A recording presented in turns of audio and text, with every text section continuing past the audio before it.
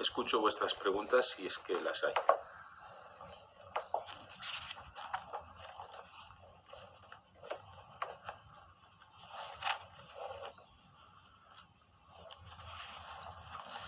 Bueno. Yo tenía una pregunta sobre Abraham. Cuando se casó primero con Agar, estuvo con Agar, y luego Agar se convirtió al judaísmo y pasó a llamarse Ketura. Cuando Sara se murió, Abraham volvió a coger su primera mujer, pero ya con un estado de Ketura. Tuvieron hijos. Esos hijos, dice el Midrash, que se fueron a Oriente, se fueron a China, a la India, y fundaron pues las religiones que hay en la India y en China y todo esto. ¿Quiere decir que esas personas que están ahí son de descendientes judíos o tienen algo que ver con los judíos?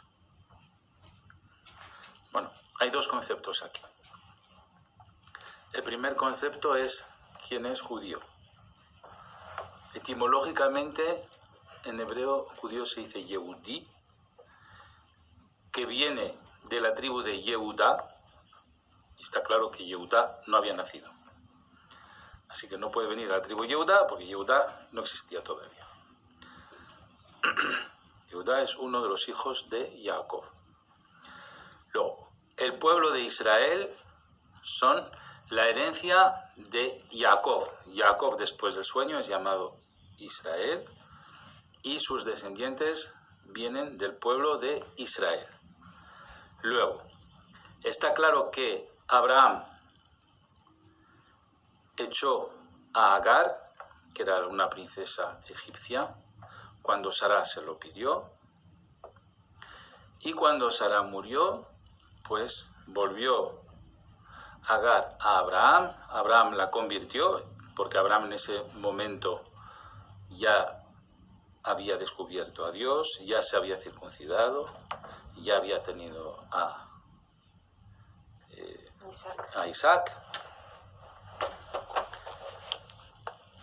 ¿Y qué hizo Abraham con Agar? La convirtió, le enseñó las leyes del cielo y tuvo hijos con ella. Le cambió el nombre para cambiarle el destino, de tal manera que todo lo que ella creyó antes, pues lo creía Agar, pero como la cambió el nombre se llama Ketura, pues a partir de ese momento Ketura es un ser nuevo. Y entonces está claro que Ketura tuvo 6 hijos. Y esos 6 hijos se fueron del lado de Abraham, y Abraham les enseñó, dice el Zohar Kadosh, las ciencias impuras. Luego, esos hijos de Abraham con Keturá tienen una ventaja. La primera es que Keturá se había ya convertido al monoteísmo, no diré al judaísmo porque todavía no existía Yehudá, se convirtió al monoteísmo de un solo Dios, y la concibió estando Abraham ya circuncidado.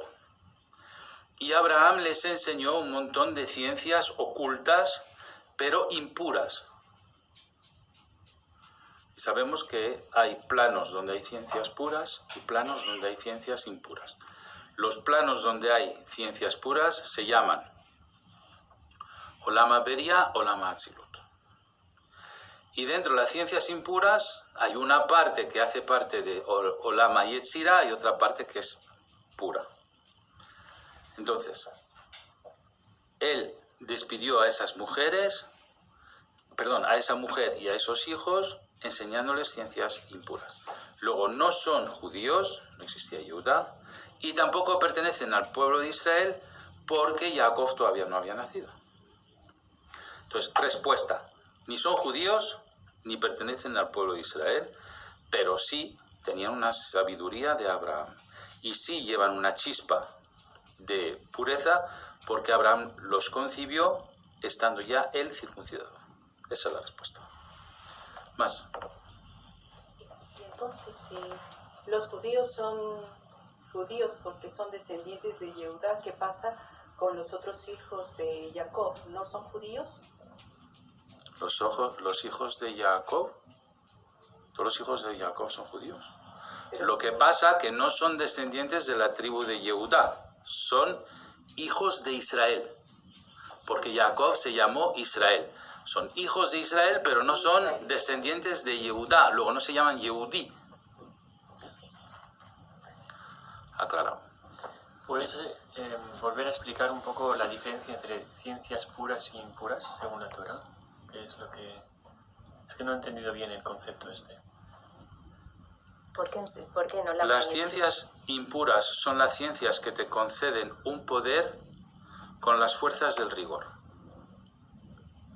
Y normalmente, cuando usas las fuerzas del rigor, es decir, de la columna de la izquierda, o del otro árbol que no sea el árbol de la vida, sí que puedes tener un poder material, pero hay un efecto rebote, porque las fuerzas impuras se cobran.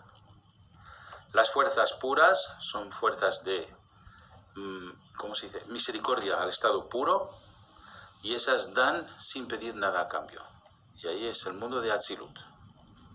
Entonces, en el mare magnum de fuerzas que hay en Olama y Yetzirah, hay fuerzas impuras, y cuando accedemos al Zohar, que es Olam a Atzilut, ahí solo es puro. En Atzilut no te cobran los bienes que te dan, en Olam y Yetzirah te cobran los bienes que te dan.